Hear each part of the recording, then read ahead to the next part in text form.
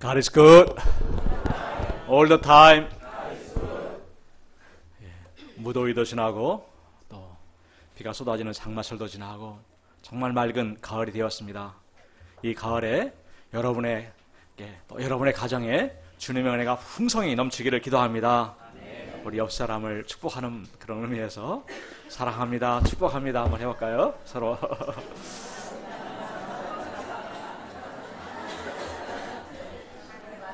예, 감사합니다. 오늘 말씀은 항상 기도하고 낙심하지 말라입니다. 우리 요절 말씀은 1절 말씀이 되겠습니다. 같이 한 목소리로 읽고 기도하고 시작하겠습니다. 시작.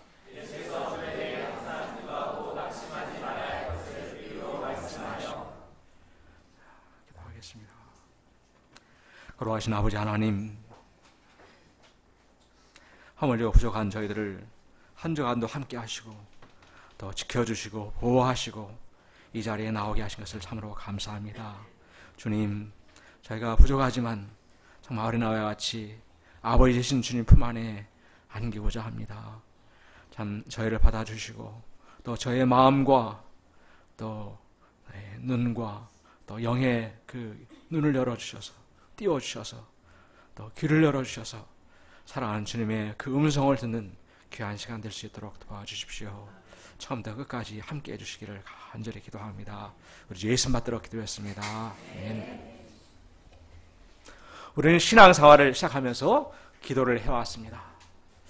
그래서 기도한 지가 참으로 오래되었는데도 여전히 나의 기도가 참 만족스럽지가 않을 때가 많습니다. 왜 나의 기도는 가볍고 형식적일까? 왜 내 기도는 단편적으로 느껴질까? 또 궁금한 것도 참 많습니다. 주님께서 우리의 필요를 다 아신다고 하셨고 또 우리의 아버지가 되셔서 부모가 자식이 하듯이 가장 좋은 것으로 주신다고 했는데 굳이 기도를 해야 되는가? 이런 의문이 들기도 합니다. 그런데 예수님을 보면 하나님의 아들이시라도 습관을 쫓아서 기도하셨습니다. 기도의 본을 보여주시고 제자들에게도 여러 번 기도를 강조하시고 기도에 대해서 여러 가지로 가르치셨습니다. 정말로 이 기도의 본질은 무엇일까요? 또 어떤 모습이 정말로 우리 주님께서 원하시는 기도의 모습일까요? 기도가 놀라운 은혜요, 신자만이 누릴 수 있는 특권이요, 또 기도할 때 하늘문이 열리고 하늘의 그 모든 축복을 받아 누릴 수 있는 통로라고 하는데 정말로 그런가? 저도 많은 문제의식 가운데 이 기도를 배우고자 투쟁하고 있습니다. 이 말씀도 제가 배우고자 하는 심령으로 준비하게 되었습니다. 김영범 교수님의 사김의 기도라는 책이 많은 도움이 되었습니다. 저희 모두가 같이 고민하고 노력하는 가운데 무엇보다도 기도의 비밀을 체험하고 이 축복을 자신 있게 나눠줄 수 있는 그런 복된 자들이 될 수 있기를 간절히 기도합니다. 아멘. 파트 1, 항상 기도하라. 1절을 보십시오. 우리 같이 한 목소리 읽어보시겠습니다. 시작. 예수께서 그들에게 항상 기도하고 낙심하지 말아야 할 것을 비유로 말씀하여. 주님께서는 제자들에게 항상 기도하라고 명령하셨습니다. 사도 바울도 데살로니가전서 5장 17절에서 쉬지 말고 기도하라 하였습니다. 아니, 수도원이나 기도원에 가서 살지 않는 한 어떻게 항상 쉬지 않고 기도할 수 있단 말입니까? 기도원에 살아도 하루 종일 아무것도 하지 말고 기도만 하라는 그런 뜻은 아닐 것입니다. 또 얼마나 구할 것이 많기에 쉬지 말고 기도하라는 것일까요? 기도에 관한 잘못된 오해 중에 하나는 기도를 하나님께 무언가를 요구하는 것으로 생각하는 것입니다. 기도의 응답은 내가 원하는 것을 얻는 것이요, 그래야 능력 있는 기도라고 생각하고 기도를 해도 잘 안 이루어지는 것 같으면 두 주먹을 불끈 쥐고 불굴의 의지를 불태우며 주여 주시옵소서 막 이렇게 기도합니다. 기도를 들으시는 상대방인 하나님께 대한 배려 없이 일방통행식으로 목이 쉬도록 외쳐댄다면 그것은 객관적으로 봐도 좀 이상한 그림입니다. 이렇게 요구사항을 기계적으로 반복하다 보면 결국은 제풀에 나가 떨어지게 됩니다. 중세 수도원 개혁에 앞장섰던 아빌라의 테레사 수녀는 이렇게 말했습니다. 어미하신 하나님 앞에서 말하는 것이 마치 노예에게 말하듯 하고 말하는 태도가 부주의하고 마음에 떠오르는 대로 말하고 아무 생각 없이 말을 반복한다면 그것을 기도라고 말할 수 없다. 이렇게 말하였습니다. 항상 기도하라, 쉬지 말고 기도하라는 것은 모든 삶을 기도로 또 기도하는 마음으로 하라는 것입니다. 순간순간 의식을 일깨워 하나님을 찾고 그 하나님과 동행하라는 말입니다. 살아계신 하나님을 영으로 만나고 함께 살아가는 것, 그것이 쉬지 않고 기도하는 삶입니다. 그런 점에서 기도는 하나님과의 사귐이라고 말할 수 있습니다. 청춘 남녀가 만나서 사귈 때 한두 번 만나는 것을 두고 사귄다고 말하지 않습니다. 충분한 시간 동안 지속적으로 만나는 것이 사귀는 것입니다.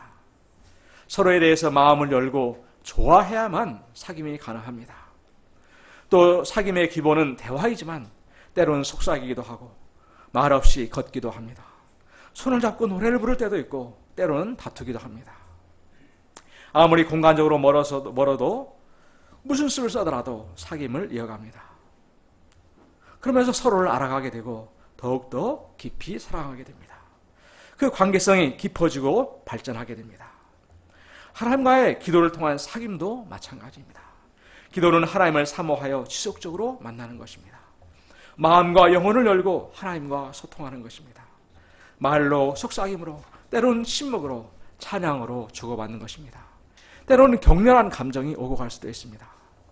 존 웨슬리는 우리의 기도는 우리의 진심을 하나님 앞에 토로하는 것입니다. 그렇지 않은 기도는 모두 위선입니다. 그러므로 우리는 기도할 때에 하나님과의 사귐을 유일한 목적으로 삼고 우리의 마음과 정성을 하나님께 모두 드려야 합니다. 이렇게 말했습니다. 주님, 제 마음이 너무나 힘들어요. 저 한 사람도 감당하기 힘든데 어떻게 하면 좋아요? 주님, 과거의 죄악이 저를 자꾸 유혹해 오는데 저를 붙들어 주세요. 그 위대한 사도 바울도 선을 행하기 원하는 나에게 악이 있다 함께 말하며 오호라 나는 곤고한 사람이로다 토로하였습니다. 사무엘하 5장에 보면 블레셋의 침공 사건이 나옵니다. 블레셋이 르바임 골짜기에 이르러 가득한 장면이 두 번 나오는데 다윗이 처음 기도할 때는 하나님께서 정면 공격을 명령하셨습니다. 그런데 똑같은 두 번째 상황에서는 정면 공격이 아닌 그들을 뒤로 돌아서 뽕나무 숲을 맞은편에서 그들을 기습하라고 하셨습니다. 전에는 역시 다윗은 모든 일에 앞서서 기도하는 사람이야. 까딱하다가 옛날 경험을 되살려서 전쟁을 했다면 큰일 날 뻔했구나. 그런 생각이 들었습니다. 그런데 오늘 말씀을 통해서 볼 때 그는 항상 기도하는 사람이요. 모든 삶을 기도로 살았던 사람이란 표현이 더 맞을 것 같습니다. 모든 삶에서 이렇게 하나님을 실제적으로 체험할 때 우리의 삶은 흥분과 놀라움의 연속일 것입니다. 그러면 기도가 의무적인 것이 아니라 사모하는 것으로 바뀌게 됩니다. 그래서 사귐이 더욱더 깊어질수록 우리는 하나님께 대해서 더 깊이 알게 되고 더욱더 하나님을 사랑하고 의지하게 됩니다. 점점 더 하나님의 성품을 닮아가게 되고 그분의 마음을 느끼며 살아가게 됩니다. 이렇게 하나님과의 사귐을 통해서 우리 자신이 변화되고 우리의 열망과 의지가 하나님 앞에서 조율될 때 비로소 우리는 바른 것, 참된 것을 구할 수 있게 됩니다. 따라서 기도는 내가 원하는 것을 하나님께 강요하는 것이 아니라 하나님이 원하시는 것을 내가 알아차리고 나의 기도 제목이 변하여 하나님의 그 원하시는 것을 구하는 것입니다. 그러므로 사귐의 기도 없이 쏟아내는 기도는 헛다리 긁는 것이 될 수 있습니다. 병든 자아, 이기적인 자아, 세상에 물든 나에게서 쏟아져 나오는 그 요구사항들은 하나님의 뜻과는 관계가 먼 것들일 가능성이 많습니다. 또 하나님과의 사귐이 끊어진 자, 기도가 끊긴 자는 영적으로 죽은 자입니다. 어떤 사람이 평생 자기만을 위해서 이기적으로 살았다고 하면 그의 말년에는 모든 관계성이 끊어지고 홀로 남게 될 것입니다. 그는 찾아갈 사람도 찾아올 사람도 없고 말할 사람도 없는 이미 사회적으로 죽은 자일 것입니다. 얼마나 쓸쓸하고 비참한 인생입니까? 영적으로도 만약 자기의 뜻만을 고집하게 되면 하나님과의 교제와 사귐이 끊어져서 죽은 자처럼 되어버리게 됩니다. 이렇게 생활 자체가 기도 차원에서 이루어져야 한다. 또 우리의 삶 전체가 하나님이 기뻐하시는 산 제물이 되도록 하라는 뜻은 따로 기도하지 않아도 된다는 뜻은 아닙니다. 예수님은 그 바쁘신 와중에서도 따로 시간을 내어 기도하셨고 때로는 밤이 맞도록 기도에 전념하셨습니다. 하물며 영적으로 갓난아이와 같은 우리는 말할 필요가 없을 것입니다. 기도에 전념하는 시간이 없이 모든 시간이 온전히 제물로 드려질 수 있다고 생각하는 것은 잘못입니다.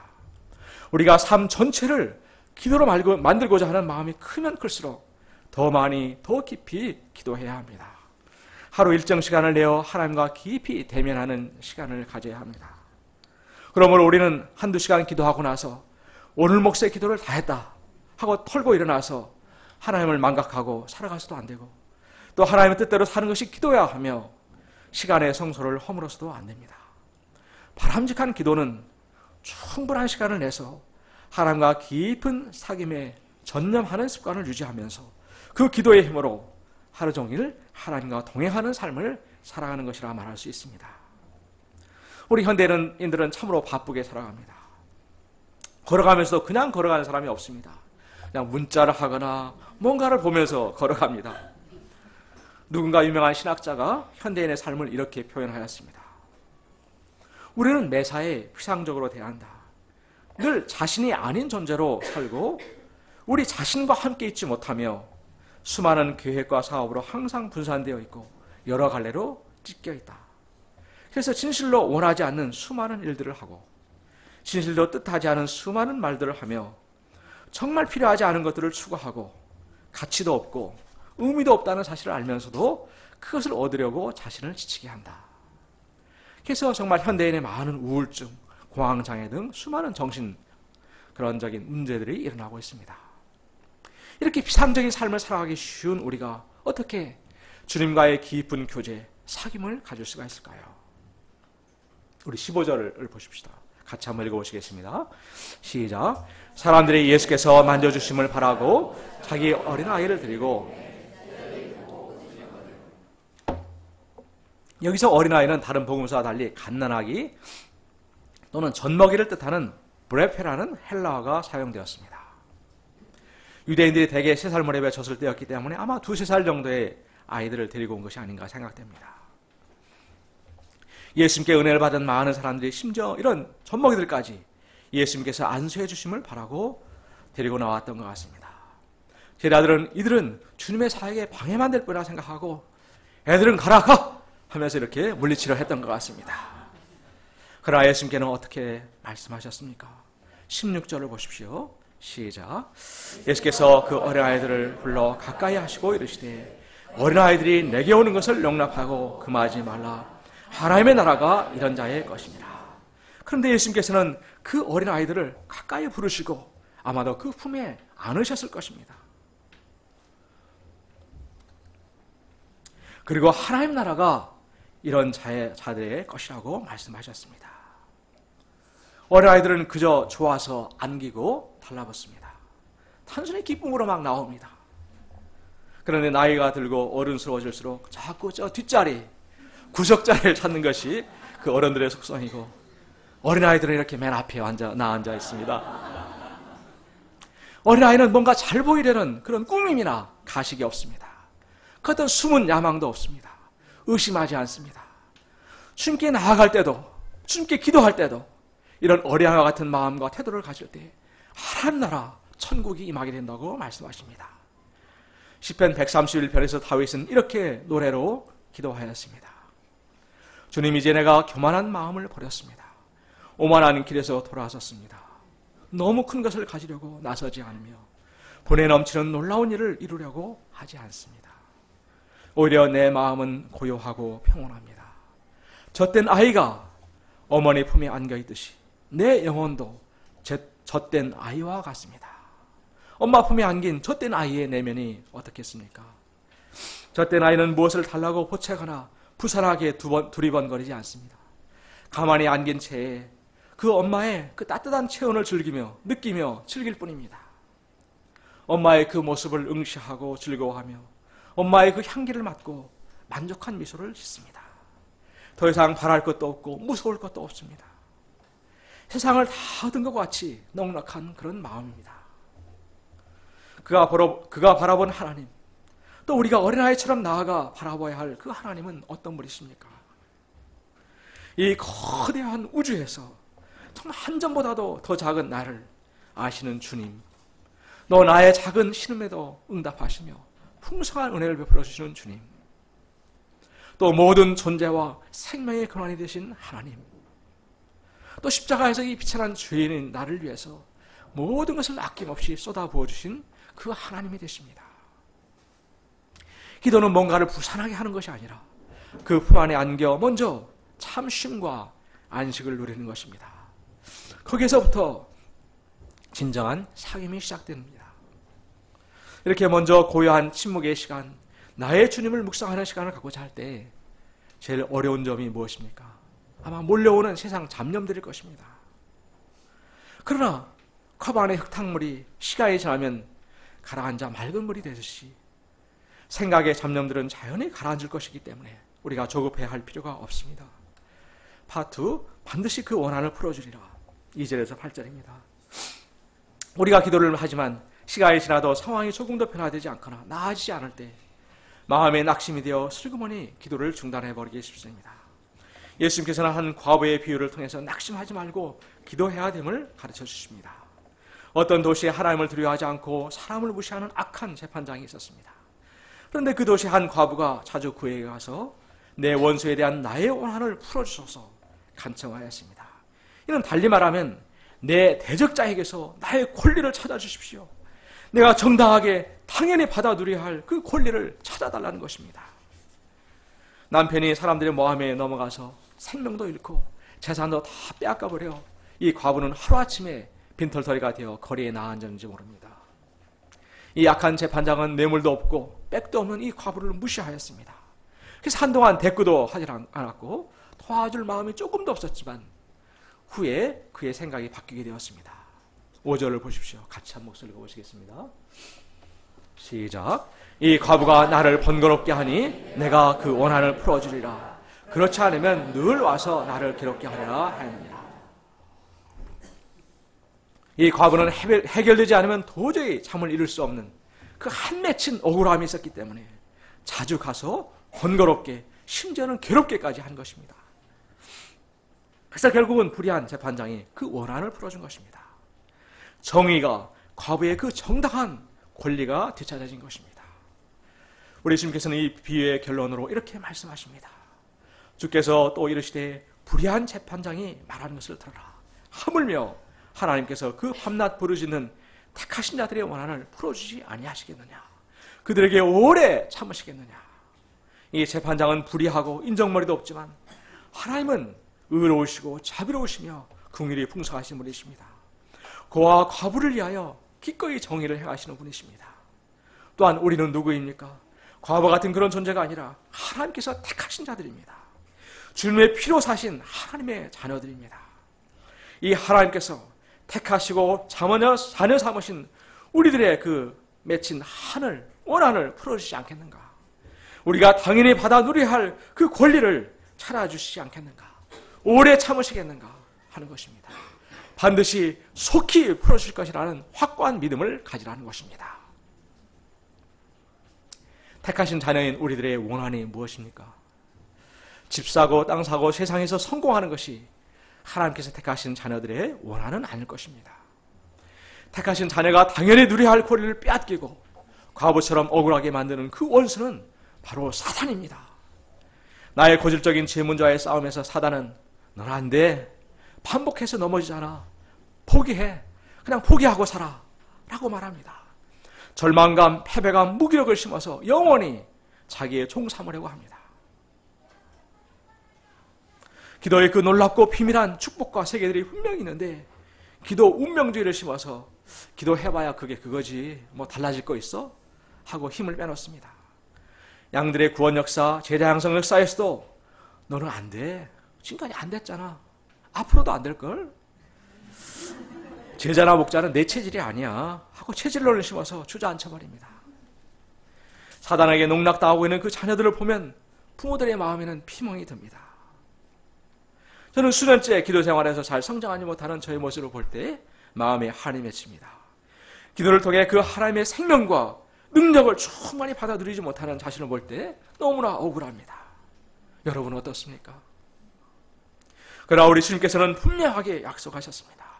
그 밤낮 부르짖는 택하신 자들의 원한을 풀어주지 아니하시겠느냐? 그들에게 오래 참으시겠느냐?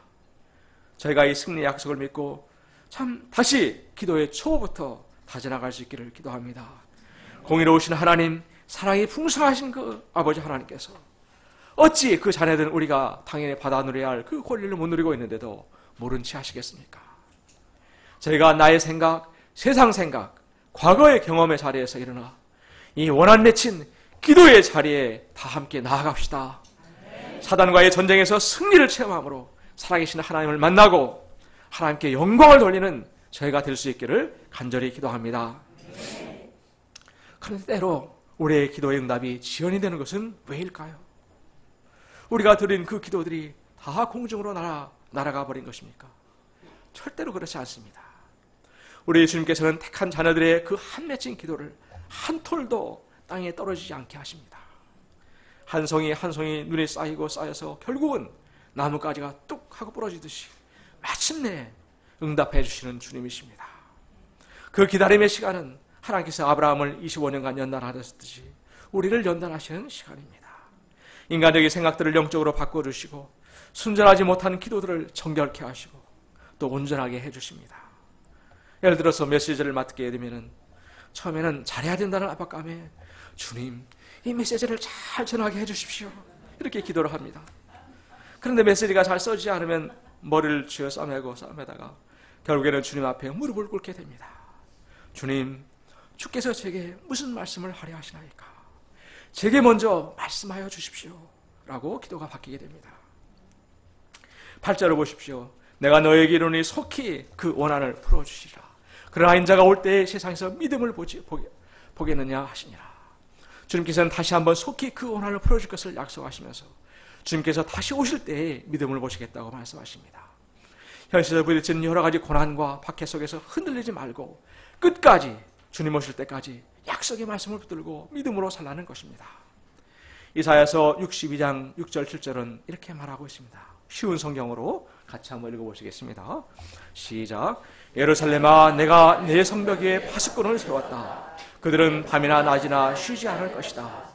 여호와께서 자신의 약속을 기억나게 해드려야 할 너희는 여호와께서 예루살렘을 너희는 쉬지 말고 기도해야 한다. 여호와께서 예루살렘을 찬양할 성으로 만들 때까지 너희는 쉬지 말아야 한다. 성벽 위에 있는 파수꾼의 역할은 하나님께 그 약속을 기억나게 해드리는 자입니다. 고대 동방에서는 왕이 한 약속들을 기록해뒀다가 나중에 기억나게 리마인드 해주는 그런 사람들이 있었다고 합니다. 제가 이 기도의 파수꾼들이 되어서 속히 그 원한을 풀어주리라 하신 말씀을 붙들고 쉬지 않고 기도하는 자들이 될 수 있기를 간절히 기도합니다. 파스리, 나는 죄인이로소이다. 예수님께서는 자신을 의롭다고 믿고 다른 사람을 멸시하는 바리새인들에게 한 비유를 통해서 그들을 일깨워 주셨습니다. 한 바리새인과 세리가 성전에 기도하러 올라갔습니다. 11, 12절을 보십시오. 우리 같이 읽어보십시다. 시작. 바리새인이 따로 서서 기도하여 이르되 하나님이여, 나는 다른 사람들 곧 토색, 불이 간음하는 자들과 같지 아니하고 이 세리와도 같지 아니함을 감사하나이다. 나는 일에 2번씩 금식하고. 그는 멋진 옷을 입고 배를 내밀면서 두 손을 벌려서 잔뜩 폼을 잡고 기도를 시작하였습니다. 그의 기도의 내용을 보면 정작 하나님은 어디 가고 온통 자기 자랑으로 가득합니다. 나는 토색, 불이 간음하는 죄인들과 다르고 이 세리와도 다른 착한 삶을 살았어요, 하나님 하는 것입니다. 그리고 일주일에 2번 금식한 것, 11조를 드린 것을 자랑하였습니다. 그가 정말로 하나님 앞에 나왔더라면, 그 하나님의 거룩하신 임재를 느꼈더라면 베드로처럼 세리처럼 주여, 저는 죄인입니다 했을 것입니다.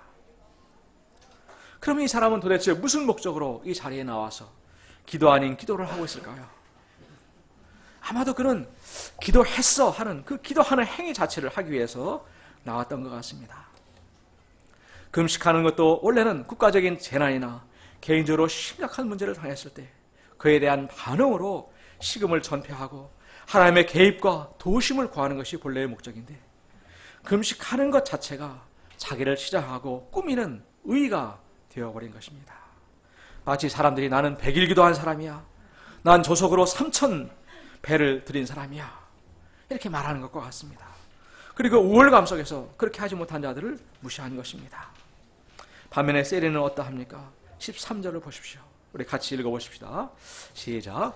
세리는 멀리 서서 감히 눈을 들어 하늘을 쳐다보지도 못하고 다만 가슴을 치며 이르되 하나님이여 불쌍히 여기소서 나는 죄인이로소이다 하느니라. 이 세리는 아마도 공인된 죄인이라 성전에 나오는데도 많은 믿음이 필요했을 것입니다. 사람들은 그를 보고 아니 저는 세리잖아. 저 인간 말종이 왜 여기 왔어? 에이 재수없어 하고 수군거리며 고개를 돌렸을 것입니다. 세리는 이 모든 모욕감과 적대감에 가득 찬 그 눈초리에도 불구하고 깨지고 상한 마음으로 하나님 앞에 나온 것입니다. 그리고 그는 감히 눈을 들어 하늘을 쳐다보지도 못하였습니다. 그는 가슴을 치면서 하나님이여 불쌍히 여기소서 나는 죄인이로소이다 하였습니다. 그는 부모를 잘못 만나서 또 시대 상황이나 상황이 이렇게 됐기 때문에 이렇게 되었다고 자신을 변명하지 않았습니다. 그가 가슴을 친 것은 죄의 근원지인 그 마음을 치는 행위로서 그의 깊은 참회와 애통을 나타냅니다. 또 불쌍히 여겨달라는 것은 진정하옵소서 분노하지 마옵소서라는 의미가 담겨 있습니다. 자기의 죄가 하나님의 진노를 일으킬 죄요 마땅히 심판받아 마땅할 죄인 것을 그는 알았습니다. 그리고 다만 주님의 자비와 용서를 구하는 기도를 드리고 있는 것입니다. 두 사람의 삶을 보면은 겉으로 볼 때 비교가 안 될 정도로 바리새인이 당연히 세리보다 의로워 보입니다. 그런데도 우리 주님께서는 무엇이라고 하십니까? 14절을 같이 읽어보시겠습니다. 시작. 내가 너에게 이르노니 이에 저 바리새인이 아니고 이 사람이 의롭다 하심을 받고 그의 집으로 내려가느니라. 무릇 자기를 높인 자는 낮아지고 자기를 낮춘 자는 높아지리라 하시니라. 의롭다 하심을 받았다는 것은 하나님께서 그의 기도를 받으시고 그의 모든 죄를 덮어주시고 용서하셨다. 또 그를 받아주셨다는 뜻입니다. 회개한 그의 내면에 이 주님의 용서와 사랑의 영이 거룩한 영이 임하였을 때 그 얼굴은 달덩이처럼 환하게 변하였을 것입니다. 찢기고 갈라져 상처난 그의 내면이 아물어지고 새살에 도달하는 그런 축복을 누렸을 것입니다. 성전에서 내려와 집으로 돌아가는 그의 내면에는 이 하나님의 은혜의 해가 떠올라서 아마 덩실덩실 춤을 추면서 어깨춤을 추며 돌아갔을 것입니다. 저의 기도에 저의 예배에 이러한 주님의 은혜가 넘치기를 기도합니다. 우리는 실적과 결과를 중시하는 이 시대 가운데 살고 있습니다. 그래서 자칫하면은 바리새인처럼 자신에게 속아서 그래도 내가 조금 잘한 것들을 의지해서 하나님 앞에 들고 나오기가 쉽습니다. 저 예배도 안 드리고 제 멋대로 사는 죄인들은 저 세상 사람들과 다른 것을 감사하나이다. 이렇게 하기 쉽습니다. 그러나 이사야서 64장 6절은 인간의 의는 다 더러운 옷과 같다고 하였습니다. 제가 이 더러운 옷을 벗어버리고 주님 앞에 나아가지 않는 한 우리 주님께서 주시는 그 아름답고 순결한 의의 옷을 결코 입을 수 없을 것입니다. 제가 무엇보다도 이 어린아이와 같이 또 이 세리와 같이 주님 앞에 나아가는 종들이 될 수 있기를 간절히 기도합니다. 기도에 성숙해지고 기도에 자라가는 저희가 될 수 있기를 간절히 기도합니다. 우리 1절 말씀 읽고 기도하고 마치겠습니다. 시작. 예수께서 그들에게 항상 기도하고 낙심하지 말아야 할 것을 비유로 말씀하여 걸어가신 주님, 저희를 참 기도의 자리에 또 주님과의 사귐의 또 만남의 자리에 나아가게 하여 주시고 저희를 기도를 통해서 성장케 하여 주시기를 간절히 기도합니다. 주님의 마음을 알고 주님을 닮아가는 저희가 되게 하여 주시옵소서. 부족한 영혼 감사합니다. 우리 예수 맞도록 기도했습니다.